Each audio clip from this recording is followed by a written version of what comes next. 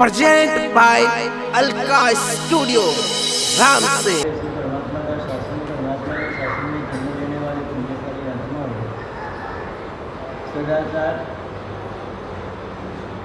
सज्जन आदि के लक्षण की बात हो रही थी। कल बात आई थी कैसी स्थिति में जीवन कुमारी के साथ जीने वाला होवे, शारीरिक परिस्थिति में परिवर्तन आ जावे कि संयोग की परिस्थिति में परिवर्तन आ जावे।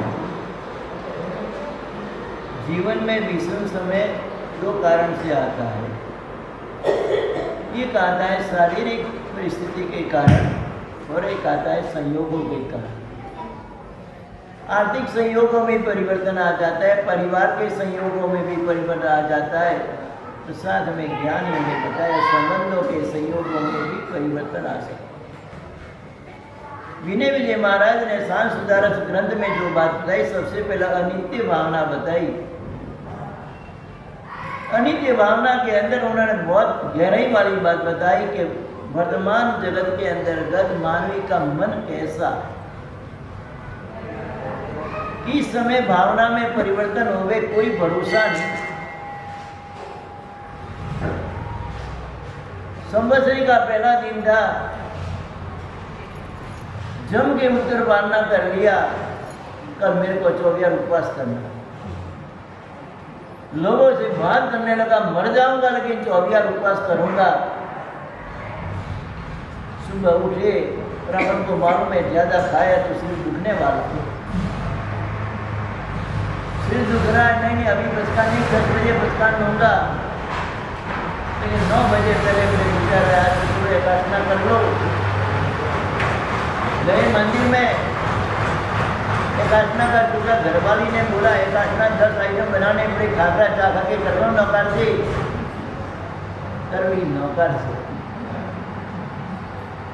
भावना में कैसे परिवर्तन आता है कोई भरोसा नहीं है। आराधना का विषय होवे कि द्रव्य का विषय होवे कि सुकृत का विषय होवे, कोई भरोसा नहीं।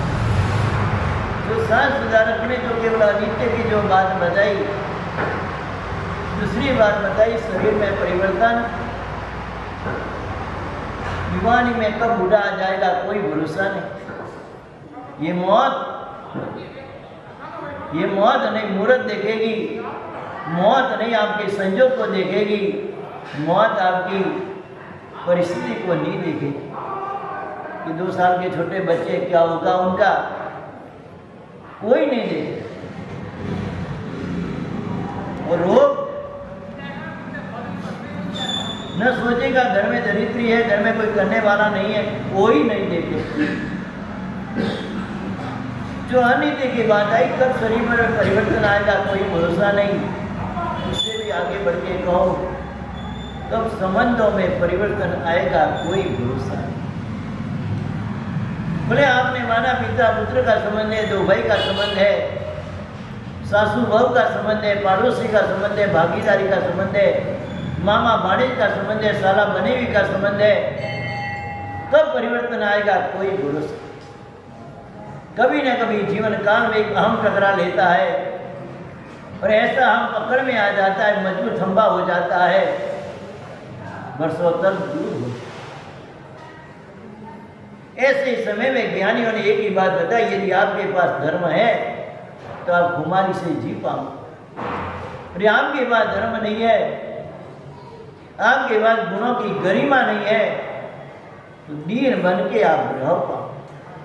और मैं तो एक ही कहता हूँ, कौन कुमारी से जी सकता है, कौन कुमारी से जी सकता है?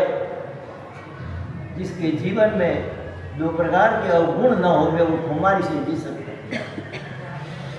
जिसके जीवन में 2 प्रकार के अवगुण न हो कुमारी से जी सकता है। कौन से 2 दुर्गुण? जिनके आंख और हाथ पवित्र होवे, जिनके आंख और हाथ पवित्र होवे वो आदमी कुमारी से जी सकता है।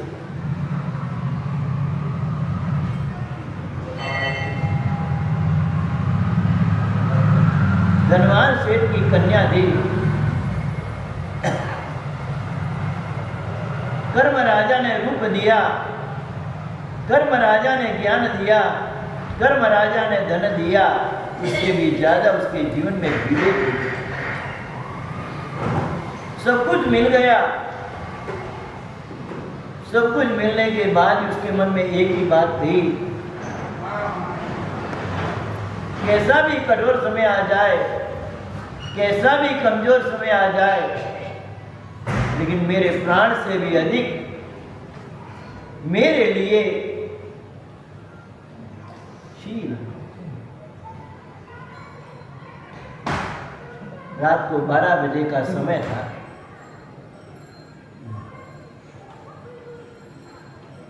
किसी गांव में जा रहे थे, किसी गांव में जा रहे थे। गोद में छोटा सा बच्चा था। ट्रेन से नीचे उतरे, लाइट चली गई। बगल में मकान होगा, पहुंचने की तैयारी है। लोगों ने मौका दिया, नारी अकेली है। लोगों की नजर में नारी अबला लगी, लेकिन स्वयं की नजर में नारी कुमारी वाली। पीछे पड़े, पकड़ लिया, और पकड़कर उन्होंने क्या काम किया, छोटे से बच्चे को अपने हाथ में ले लिया, या तो हमारे हवाले आ जाने तो बालक के टुकड़े कर दिया। लेकिन नारी अबला नहीं थी, कुमारी वाली थी। नारी कुमारी वाली थी। उन्होंने सोचा अब यहाँ पे बल से काम नहीं होगा, बल से काम होगा। यहाँ में बल मेरा काम नहीं आएगा, ये चार है, मैं अकेली हूँ, कल से काम आएगा। तो नारी ने दूसरा कुछ नहीं किया। उनके हाथ में जो कटार थी, वो कटार स्वयं खींच ली और यहाँ लगा दी, और लास्ट मरना मंजूर है, मरना मंजूर है, लेकिन ये काम मेरे से नहीं होगा। तभी कहना पड़े जीवन में दो अवगुण जिसके जीवन में नहीं होते वो कुमारी से जी सकता है। एक चाहिए आंख पवित्र और एक चाहिए हाथ पवित्र। और नीतिज्ञानों ने कहा कि आंख को पवित्र करना है, अमोक अपने पास कोई भी साधन होवे, अखियन में अभिकारा जिनंदा तेरी अखियन में अभिकारा संसारी सभी। वीर विजय महाराज ने पूजा की डाल में जो बात बताई, अखियन में अभिकारा जिनंदा तेरी अखियन में अभिकारा संसारी सभी का। आंख को यदि पवित्र बनाना है, क्यों जी शासन के अंदर प्रथम सोपान में सबसे पहले प्रभु के दर्शन की बात आई। जिन शासन के प्रथम चरण में सबसे पहले प्रभु के चरण की बात आई, जिनकी आंख पवित्र है उनका जीवन पवित्र है, जिनकी आंख पवित्र उनका जीवन पवित्र है, और जिनका जीवन पवित्र उनका व्यवहार पवित्र है, और जिनका व्यवहार पवित्र उस आत्मा की सदगति और सन्नति भी है। तो यहाँ पे अधीन की बात आई, कुमारी से जीना है, बस दो का ध्यान रखो। राजसभा भरी थी, और राजसभा जहां भरी थी,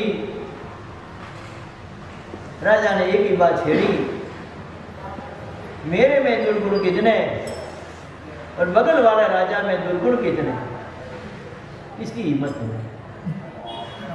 सब एक ही कहेगा, बगल वाला में सब दुर्गुण सब दुर्गुण सब दुर्गुण। और एक ने कह दिया, बड़ा वयोवृद्ध मंत्री था, हो सकता है राजा मौत की सजा दे, और क्या। कुमारी महाराजा माफ करो,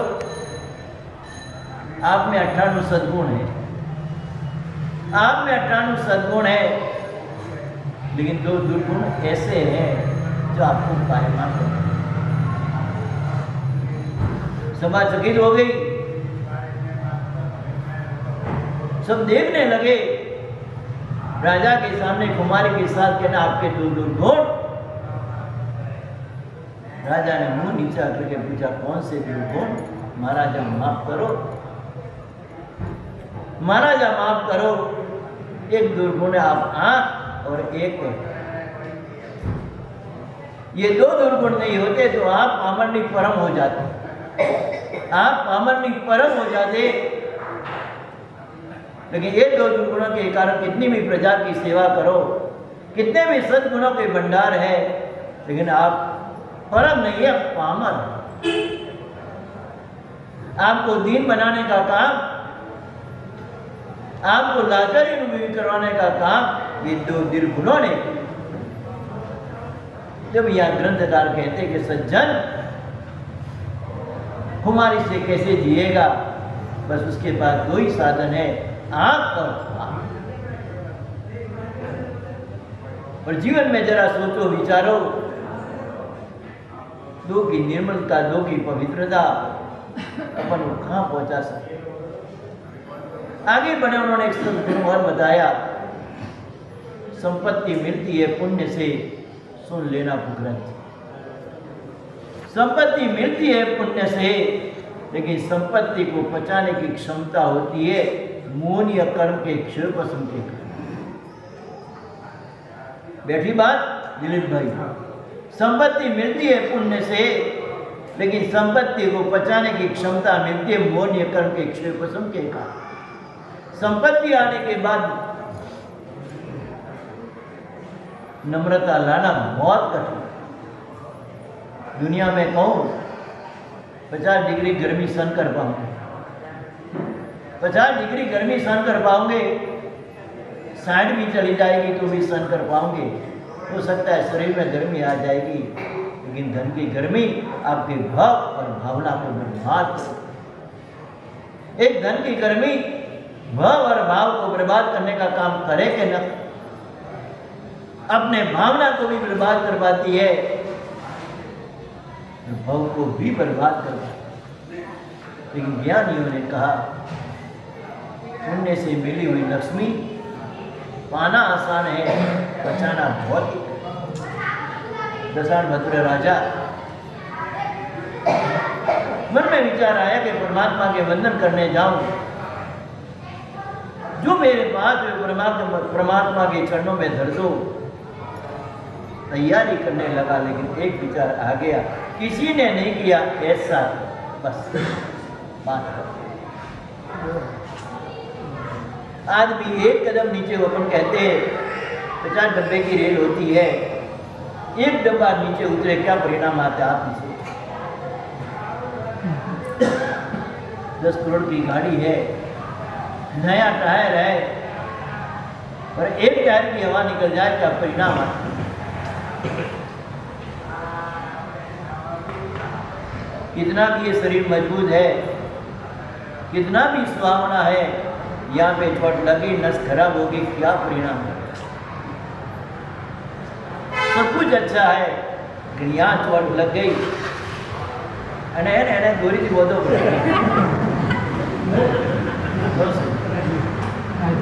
એને કહી દેવાનું બેકર ટાઈમ અંદર આવવાનું અમુક બોધો કરે સાપો પહેરાવે, ખુરશી પર પહેરાવો, કર્મ હે કર્મ રાજા।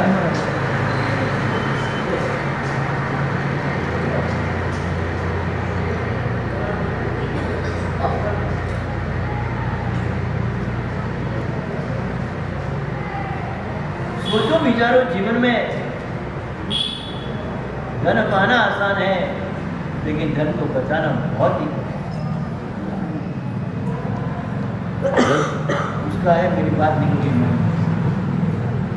अपनी तो एक ही बात है,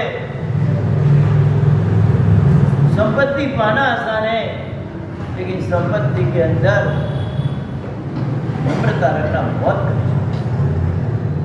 या सज्जन आदमी जो भी होगा, सदाचारी जो भी होगा, पाने के बाद पचाने के लिए मेहनत करेगा। अपन जितना पाने के लिए मेहनत करते, पुरुषार्थ करते हैं, 18 पाप का सेवन करते हैं, पचाने के लिए क्या करते? चलिए अपनी गर्मी की बात, लेकिन ये धन की जो गर्मी होती है, आदमी को कहाँ से कहाँ पहुँचा देती। जहाँ धन गर्मी में आ जावे, इसलिए जीवन में कहा अब एक छोटी सी बात कहूँ, वर्तमान समय में एक ऐसा मेरे को समाचार मिला, वर्तमान की बात करूँ, 2 महीने पर एक भाई ने मेरे को बात कही कि आप मेरी बात अपने तक ही सीमित रखना, मैं नाम नहीं दूंगा। मजदूर का कुछ एरिया है, 10-15 गाँव है। जिस भाई के ऊपर लाख के अंदर अंदर देवगिरी का कर्जा है पर भरने की ताकत नहीं है, लाख के अंदर देवगिरी का जो कर्जा है वो भाई को मालूम भी न पड़े, सभी का कर्जा मैंने गुप्त रूप से पूरा करूँ, ना कोई लेना देना, ना कोई संबंधी, ना कोई जान पहचान। उन्होंने एक ही देखा, गाँव में जाके चौपड़े में दिखा लिया, जो है ले जाओ, काम पूरा। सोचो विचारो, इतना भी धन आने के बाद ऐसा मानस बनाना बहुत कठिन है।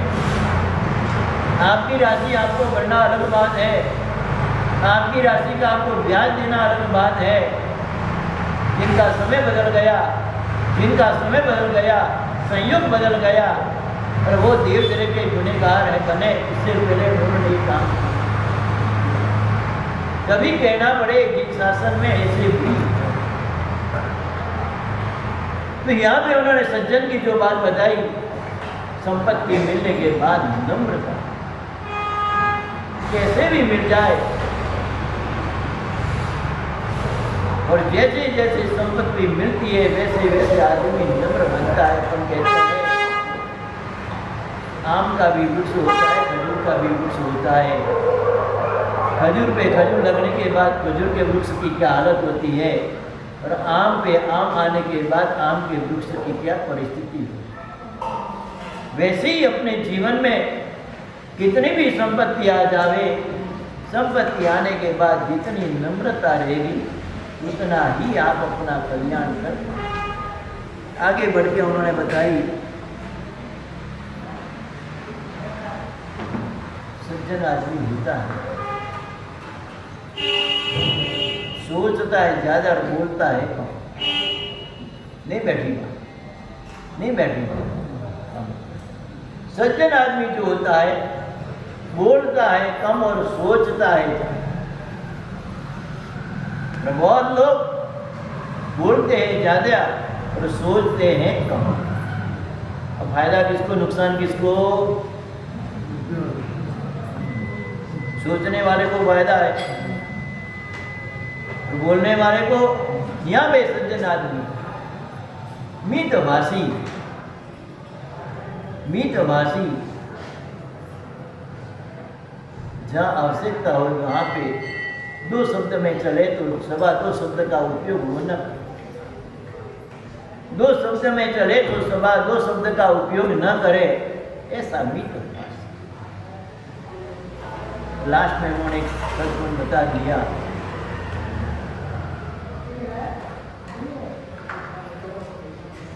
व्यवहार, भाषा, सौहार्द व्यवहार।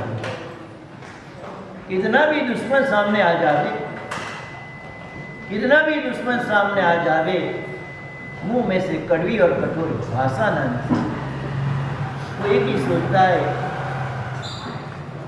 अच्छे समय में मैंने किसी का अपमान किया। क्या सोचता है? सोचो, मेरा अच्छा समय चल रहा है और मैंने किसी का अपमान किया, भवांतर में मेरा अपमान मेरे को सहन करना पड़ेगा। बात की बराबर सुन लो, बात पूरी करो। अच्छे समय में ये राजा होते, सत्ता पे होते, पागल होते ना, अंध बनते ना।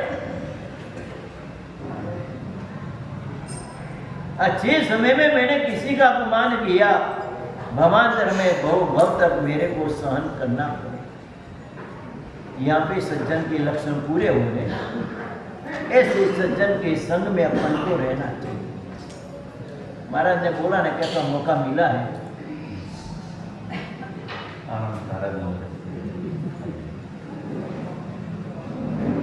लेकिन अवसर पाने के बाद भी